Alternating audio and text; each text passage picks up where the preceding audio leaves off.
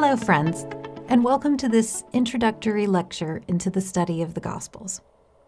In your study over the next year, you will look at all four Gospels and explore their unique pictures of Jesus.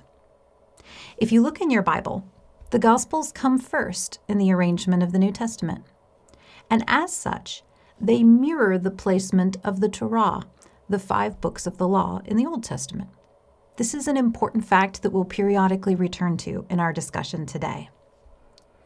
Now, while the Gospels come first canonically in the New Testament, meaning the way that the New Testament is arranged by the early church, they do not come first in terms of chronology.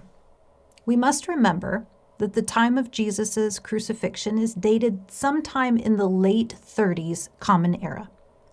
And the earliest Gospel narrative isn't dated until around 70 CE.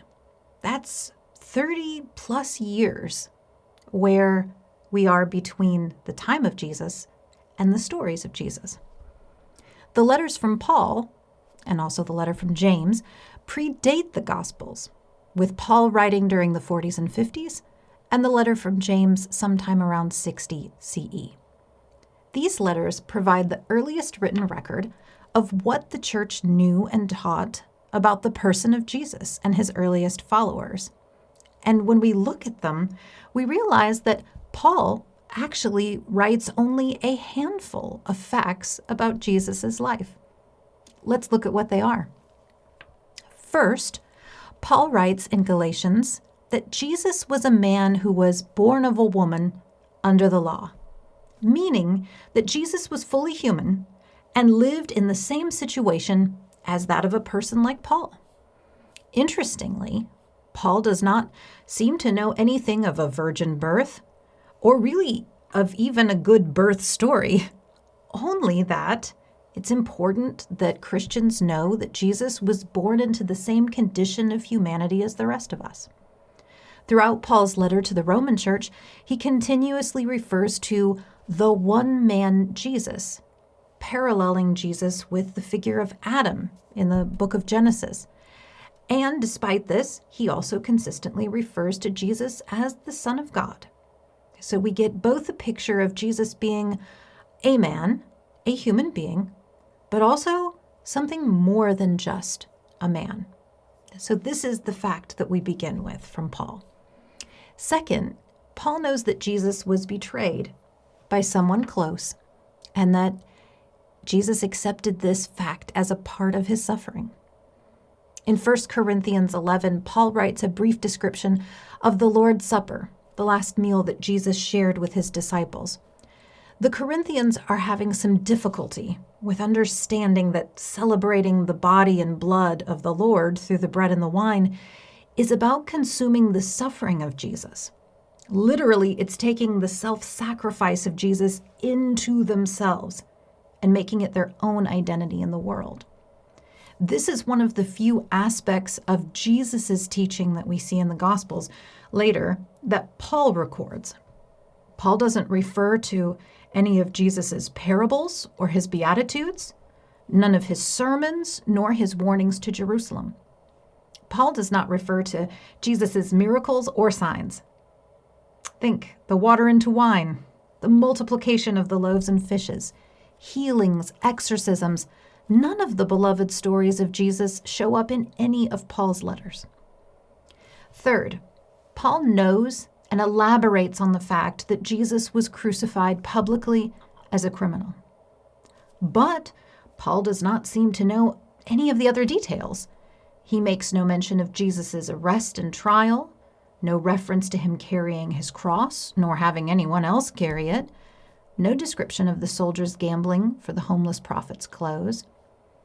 Paul writes that after dying, Jesus was buried, but Paul doesn't seem to know that it was a borrowed tomb or that it was set in a garden.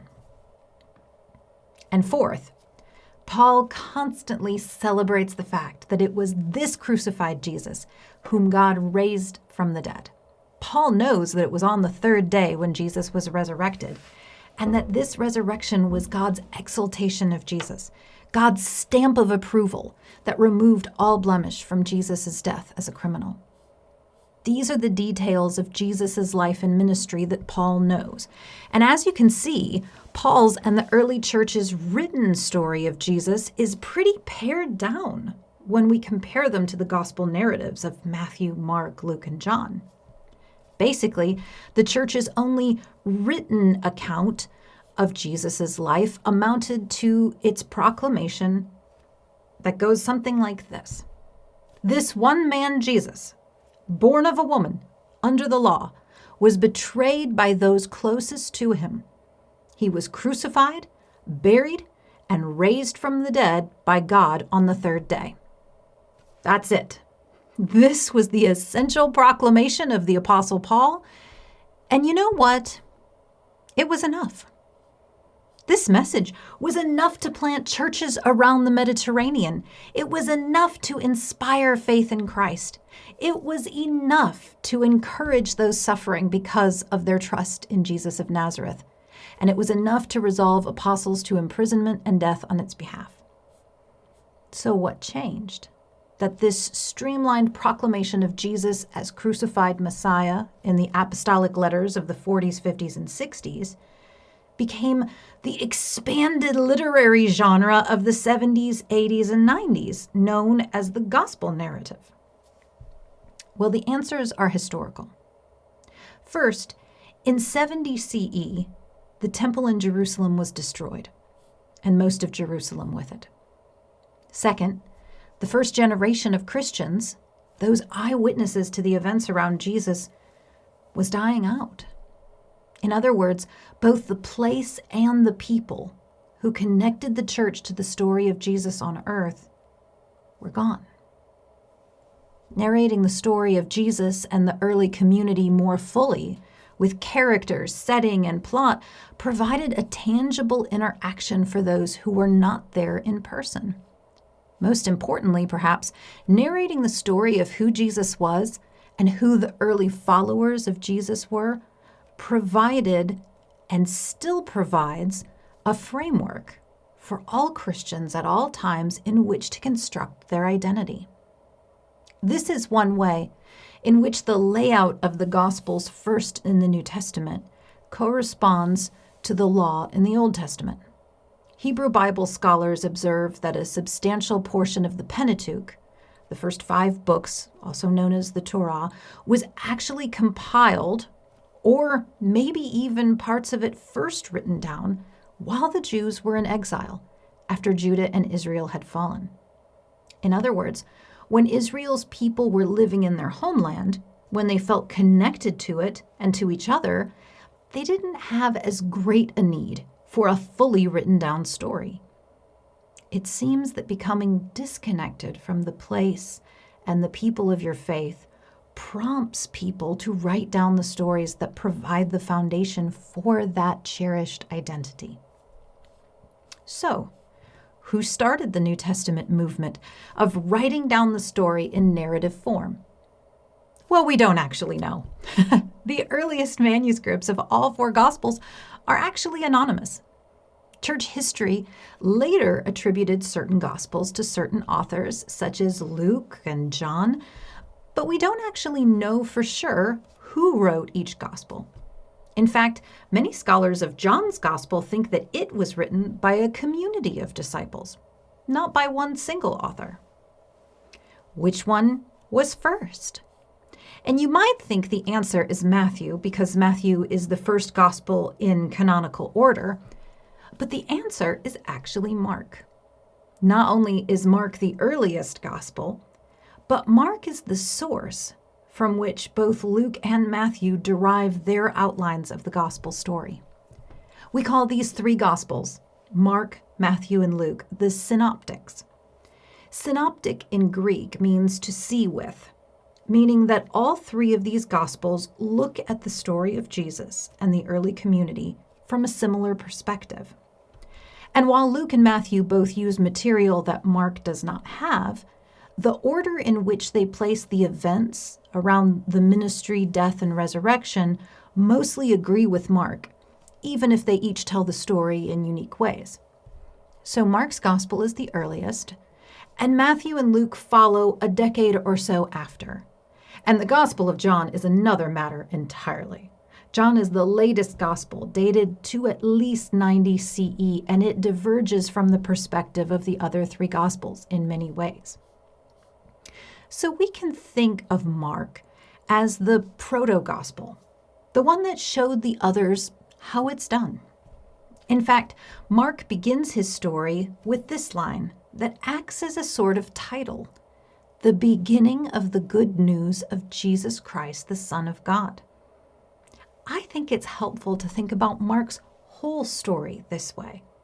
Mark's telling of the story of Jesus begins the gospel genre, literally the genre of reporting the good news. The other gospels are the continuation of the good news, but they found their inspiration and manner of organization in Mark's story. In fact, the Gospel of Luke begins with this very information. The writer of Luke says in his first 3 verses, "Since many others have already undertaken to write down an account of the events which have been fulfilled among us, so I too decided to write a narrative." One and only one telling of the events of Jesus' life and the early Christian community's beginnings was never the goal, but rather the telling of a gospel story generated more gospel stories. In this way, we, believers here and now, share something very important with Luke and Matthew. You see, scholars refer to the different writings of the Bible as witnesses, voices that add their testimony to the story of God and God's people. And all of us who claim Christian or follower of Christ as our identity, we too base much of our testimony, our witness, on the Jesus we meet in these gospel narratives. So just like Luke and Matthew, we have read and heard and seen stories of Jesus, and those stories have become a vital part of how we understand Jesus, how we understand our community and ourselves. And certainly, we all add things to the story. Unique experiences we've had, struggles that we've undergone, and reflections on all of these experiences. And this is a good example of how the gospel genre is generative. Mark did not write it, and that settled it. No.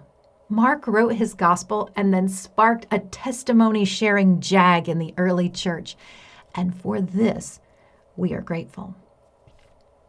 It's also important to realize that when the early church gathered the documents of the New Testament and decided what was going to be included in the authorized version, that they authorized all 4 Gospels. And so they canonized difference.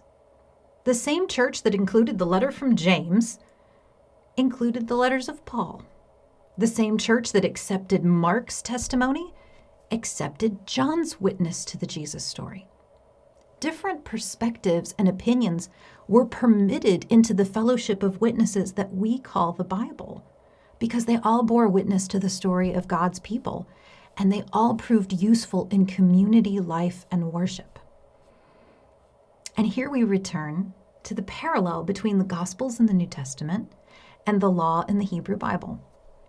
The law is placed first because it governs the rest of the books. So the Gospels function as the law of the New Testament. And this may seem strange at first. How can a story, or actually, how can stories be authoritative? How does a story rule? Well, again, we can look at the Pentateuch. While the books of the law certainly include particular rules and consequences for both following and breaking the rules, the entire first book of the law is only a story, Genesis. A story of a God who creates, a God who makes promises, and who remains faithful to those to whom he has promised. The second book, Exodus, narrates the story of God rescuing his people from slavery, and the story of God and God's people growing together in their relationship, which includes many growing pains, continues through Leviticus and Numbers. And finally, the story of the law ends with the people preparing themselves to enter into God's promised land. Such a story is authoritative first because it is a constant reminder for the people of their identity. They are loved by God. They've been rescued by God and are being prepared by God to receive and give blessing. How a people see themselves and understand themselves shapes their behavior.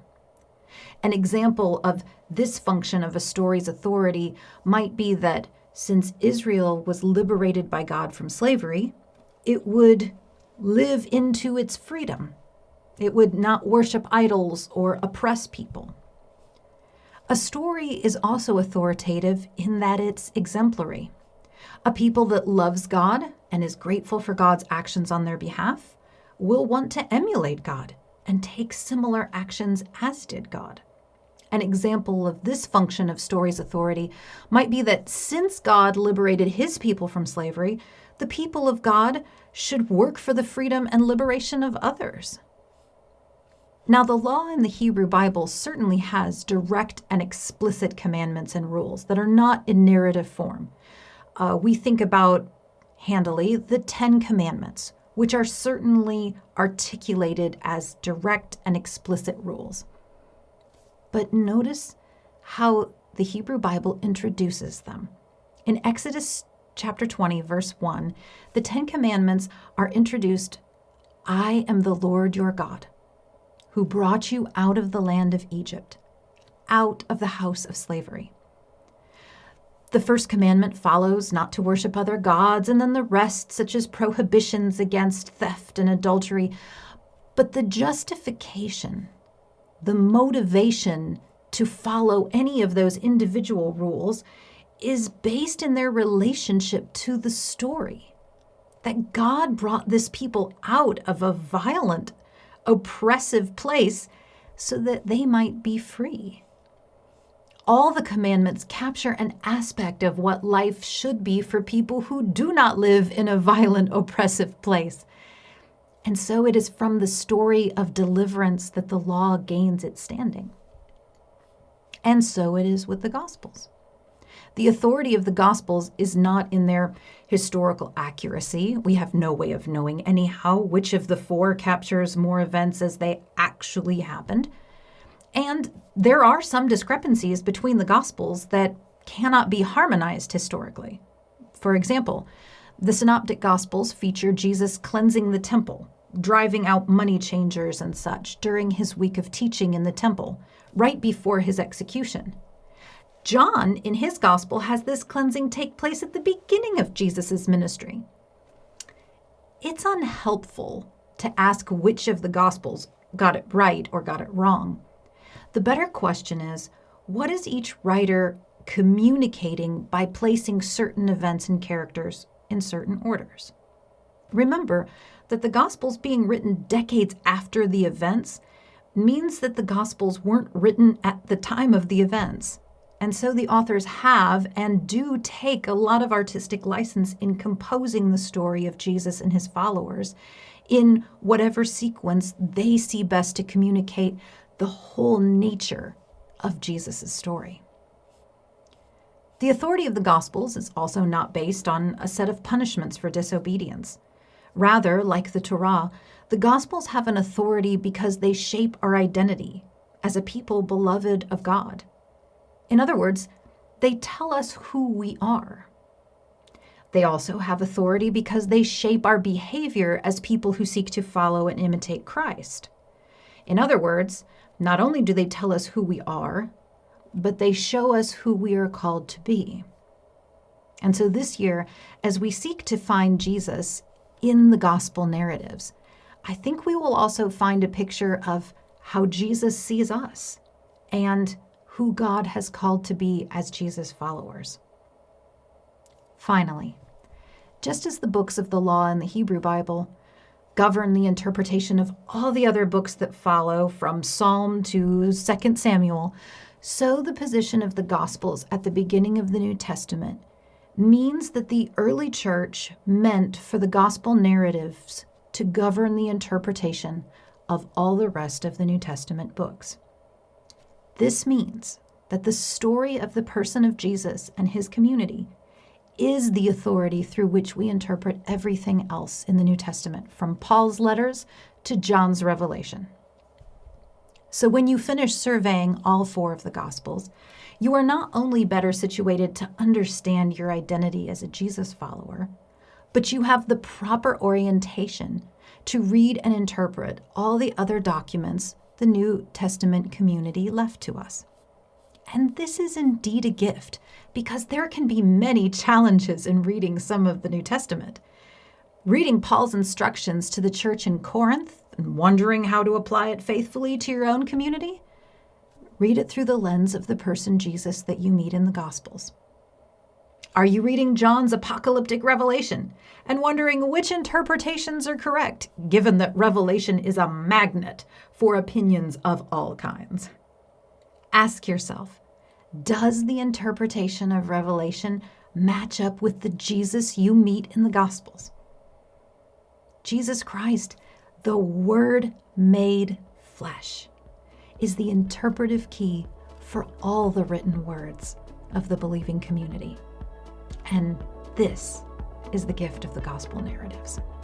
Thank you for joining me today, and I look forward to seeing you next week. Welcome to Your Week with St. Luke's, Office Hours 2022 edition. Welcome back. We're so glad that you are joining us as we move into a whole new year of meeting Jesus in new ways. Not necessarily for the first time, but maybe for the first time in very particular ways as seen through all 4 Gospels. We are really excited because we are partnering again with Candler Foundry at Emory University to really dig in and learn from each of the Gospel stories who Jesus is and the particularities of that story and the Jesus that we find in Mark, and then Matthew, then John, and then Luke. We are going to be reading extensively about who Jesus is, all these different characteristics, an understanding of the communities of the gospel and who wrote them. And this week we kick off Mark next week with our lecturer, Reverend Dr. Ebby Arnold, who is the post-doctoral fellow at Candler Foundry, who many of you know from last year's podcast. And so, Ebby, we're so glad you're with us. Can you kick off the conversation for us? Thank you, Jen. I am so glad to be here back with you, St. Luke'S. This is one of my favorite places to be, and one of my favorite places to be in our biblical text. The Gospels have a really prominent role in the Bible and in our lives as Christians. And I think it's just interesting to talk for a moment about how they came to be, because I feel like that tells us so much. The Gospels actually, although they're first in our canon of the New Testament, they are not the earliest Christian documents we have. The earliest Christian documents we have are actually Paul's letters. And in Paul's letters, we know that Jesus was born of a woman, Paul says. He doesn't know anything about a virgin birth, but he knows he was an actual human being. He was crucified, and God raised him from the dead. And that's it. That's all we have as far as the written record in Christian life. And then, of course, after Paul dies, and decades after Jesus has been on earth, there is this movement to write out the whole story of what Jesus's time on earth looked like and what that early community looked like. And so that has its place of prominence in the New Testament, which is really interesting because it mirrors the place of the Torah in the Old Testament. So what the law is to the Hebrew Bible, the Gospels are to the Christian Bible, to the New Testament. And so the question that I have that I think is really interesting to explore is, if it is meant to be our version of the law, how is a story, like the story of Jesus and the story of the community, how is that authoritative? How is it law for us? What do we do with that? I think that's a really interesting question, and I never really thought about it in terms of, too, where we're at in our culture. I think our culture really likes prescriptive. I think we like we don't like the word law necessarily, but we have, especially in religion in our culture, made it into give me, 10 easy things that I know that I'm in, that I'm good, that I'm got my ticket punched for salvation, which is so antithetical to how Jesus taught. There wasn't a parable that had one answer, and if there was a theme for the parable, Jesus didn't even give that. He left it to people.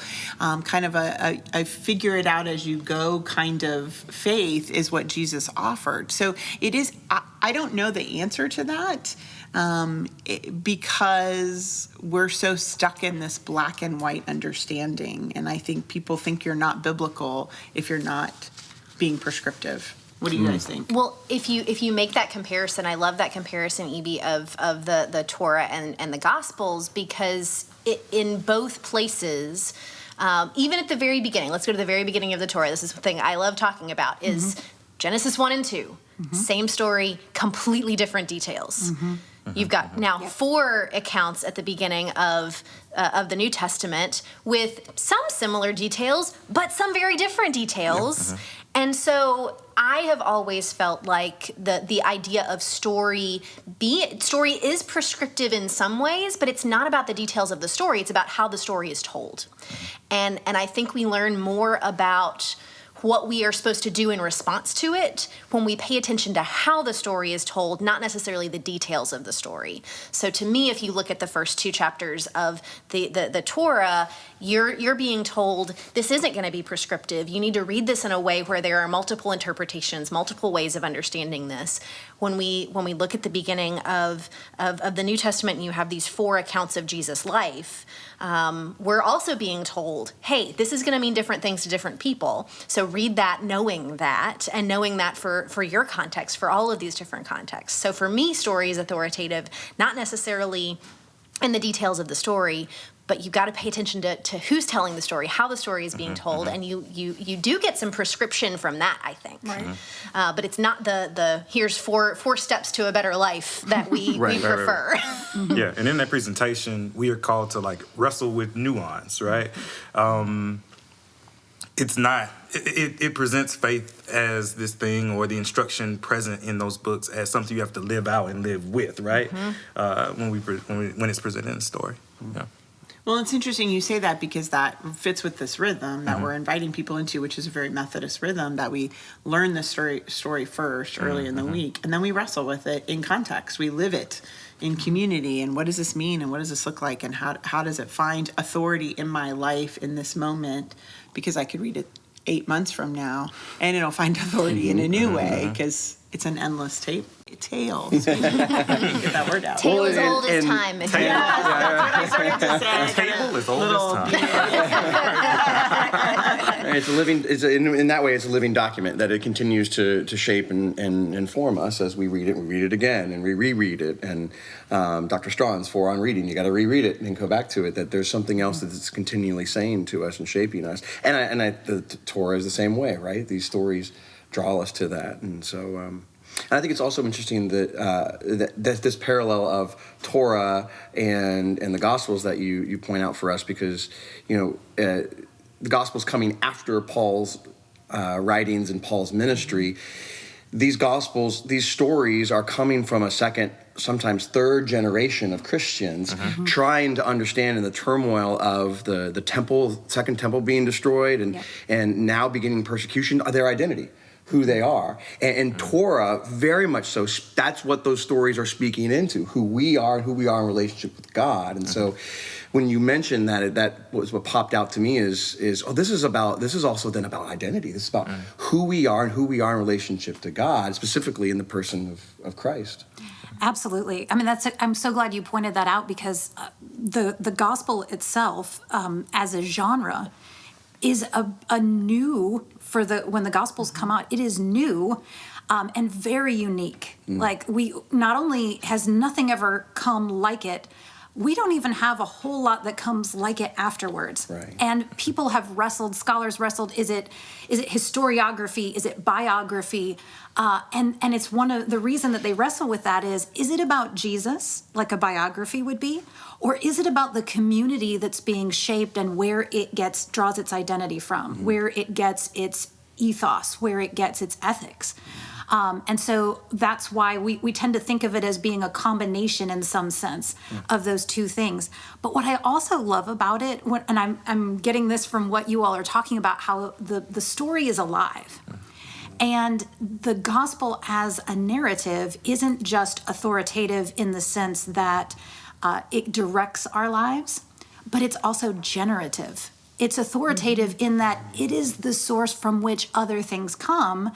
And that's what's so great about looking, as your church is going to be doing, looking at all four Gospels, is that Mark comes first.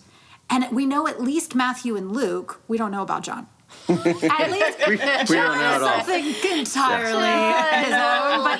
But Matthew and Luke draw their inspiration from Mark. They read Mark, and they feel free to alter Mark and add to Mark and change Mark. But that does not discount the fact that they are drawing off of his telling and make it their own. Right. And so what I want to know is how many Gospels, by that logic, how many Gospels are there? Are there only 4? No. So I want to. I love that. I love that so much, and I think it's so interesting when people get offended when you alter something or when you point out inconsistencies or whatever it is. And I think when I hear people talk about it because of the way they've been steeped in what they've been told the Bible is meant to be, I think they're getting offended on behalf of the writers. And what you have just said is so indicative that these writers they already did that work. They already said, I'm going to change this detail because my community needs to hear this differently. Particularly in Matthew and Luke using Mark. And again, John's like, no, this is for my community. It is very specific. So I think that's just one of the things I wanted to add on there of we have these offenses or we have these things that feel taboo, but that if you actually look at how and why and who is writing, it would not have been taboo for them. They have already done some of that in just the writing. So Well, and could it be, if we walk in that every community of faith is its own gospel? yes. It's what we've said in 2021, that God is continuing. There's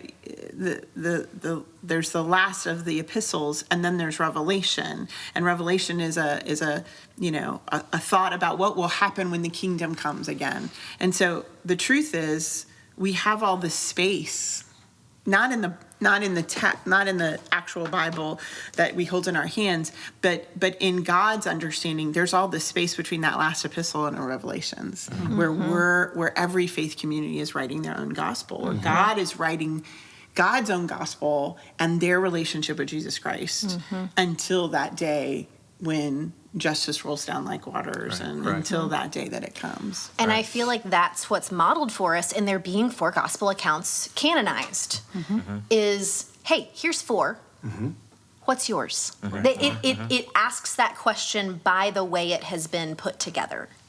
Simply by putting 4 down, they are giving us permission that there are more. Right. Isn't it absurd also to think that something so big could be just contained within 4 books, or in one book, or a consistent story throughout? I think that doesn't, that impulse to have it all fit together, is like you're missing the point. If Jesus is who we say Jesus is, right. literally and physically and cosmically, 4 books aren't going to do it.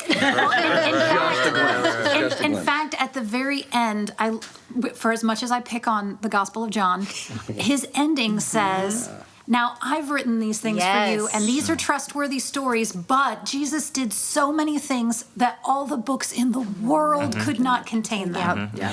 And I think in some sense you're right that that's not only our privilege as Christians, but really our mandate. that we are supposed to go out and finish the story. Yeah. Or create the story anew anywhere and any time and any place that the risen Christ is present and working in the world, which as Christians we believe is all the time and everywhere, Right.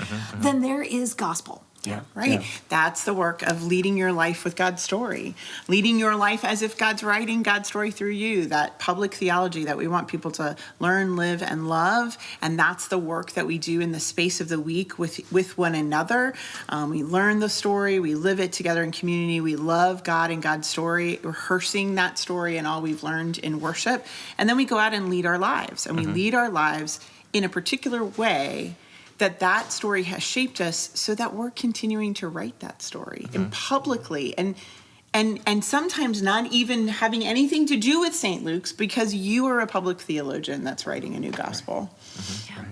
And that hopefully that gives us a new relation, because I think of also what you were saying, Melissa, is it's some of our embedded theology or our relationship that was handed down to us with the Bible, and this opens that up to have a deeper, more profound interaction with Scripture, interaction with the gospel, to understand what it means for us and to let it transform us and allow us to live our lives. Well, and it would be easier if it were just these four and they were prescriptive.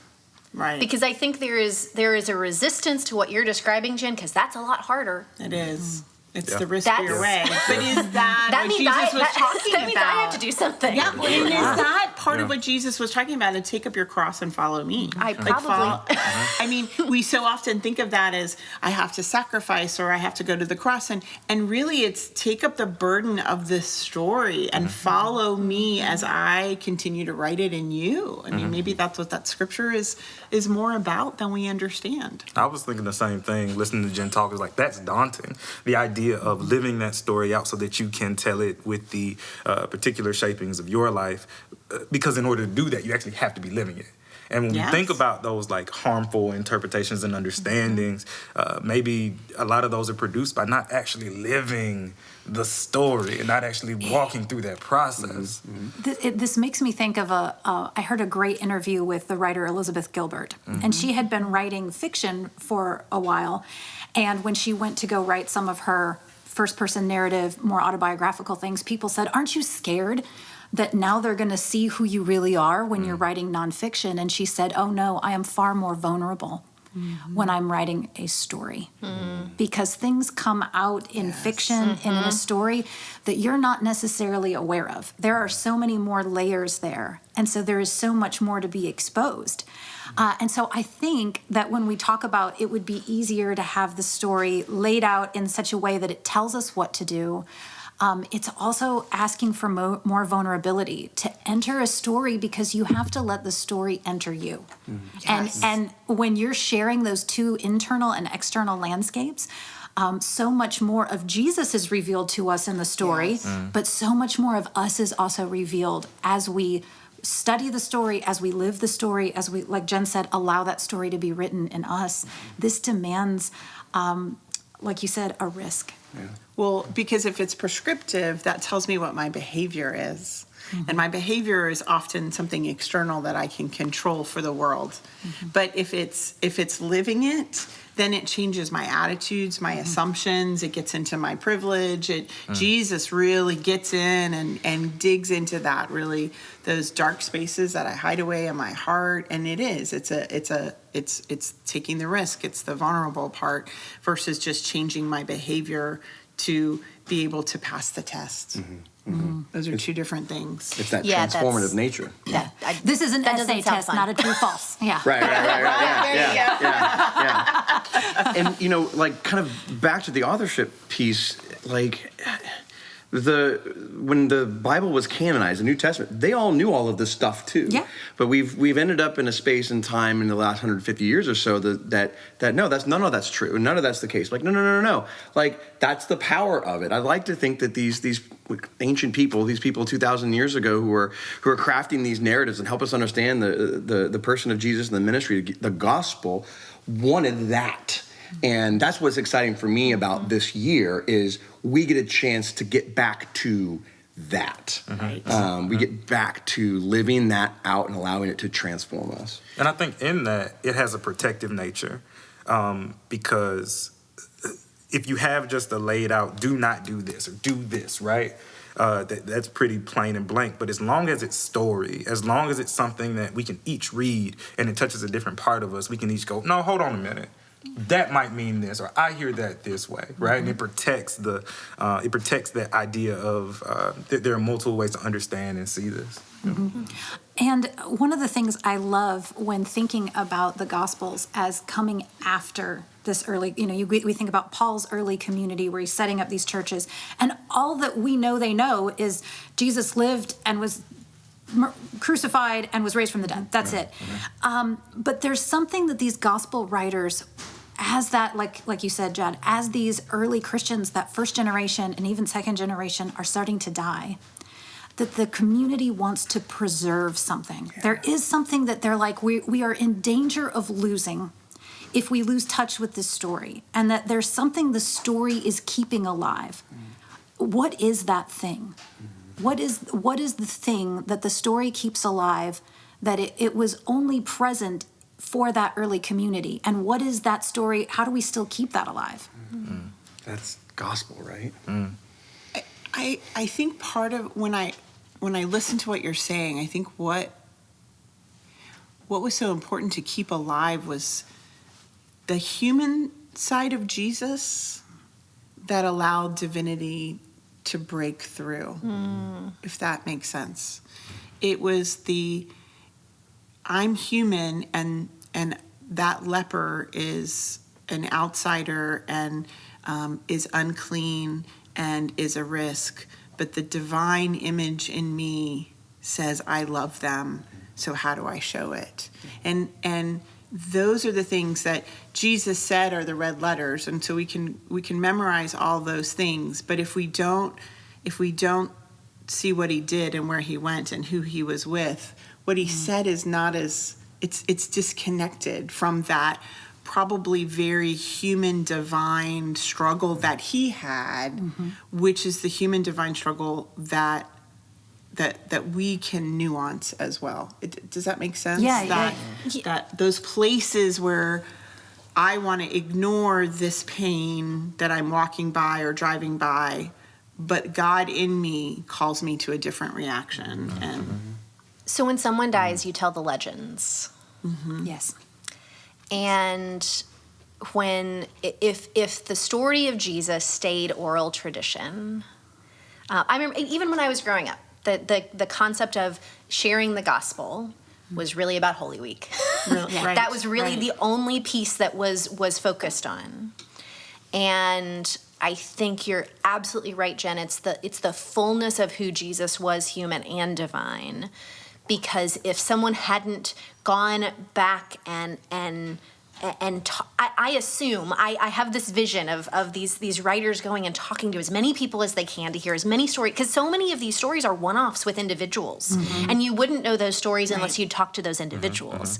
So it's getting the full picture, not just the Holy Week picture, because it could be really easy to summarize Jesus in Holy Week and say that was it, and that's the story we're going to tell, and that's all that matters, and throw on a throw pillow. And even now, we sometimes just do that, but there's so much more, and it's not just about Holy Week. So. Yeah. It's both and, right? It's all of it. Right. And a death is only as important as the life that preceded it. And I think that's really what I'm hearing when I hear you talk about that, is we can't talk about the death and sacrifice of Jesus until we talk about the sacrifice of simply being human.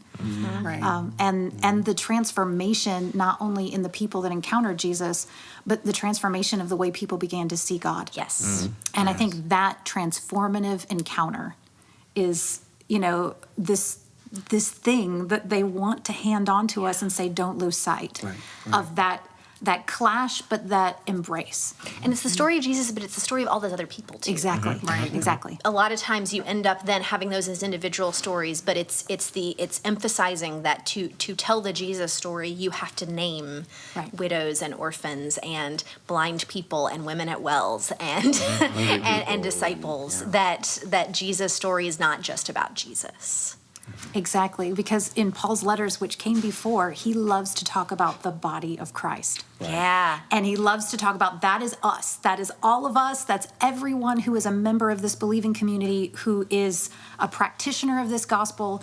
And so the beauty, I think, of the Gospels is they gave like a picture of, okay, tell me about the body of Christ. Well, it's got Jesus himself, but like you said, it's also got all the rest of us. Right. And so that's the ultimate picture that we get. And that is the picture that you guys are going to venture through this year. Yes. It's going to be exciting. And we are so glad that you're going to be with us, especially in this Gospel of Mark. And we can't wait to kind of dive into that. And so just for those listening, you're going to be reading a chapter a week starting next week. And we're going to move through the first 8 weeks. Is going to be an opportunity to meet Jesus as the friend, the rebel, the healer, the miracle worker. And then in Lent, we'll move into a different understanding of Jesus as we move towards Jerusalem and towards Holy Week in the Gospel of Mark. So we're going to be taking the Gospel of Mark all the way through to Easter. So we hope you'll get a good Bible. We've got ones we can prescribe for you, and that you'll come and be a part of this learn, whether it's on Sunday nights or checking out the podcast. So thank you guys. And we're ready to jump into the Gospel of Mark, and we hope you have a wonderful new year.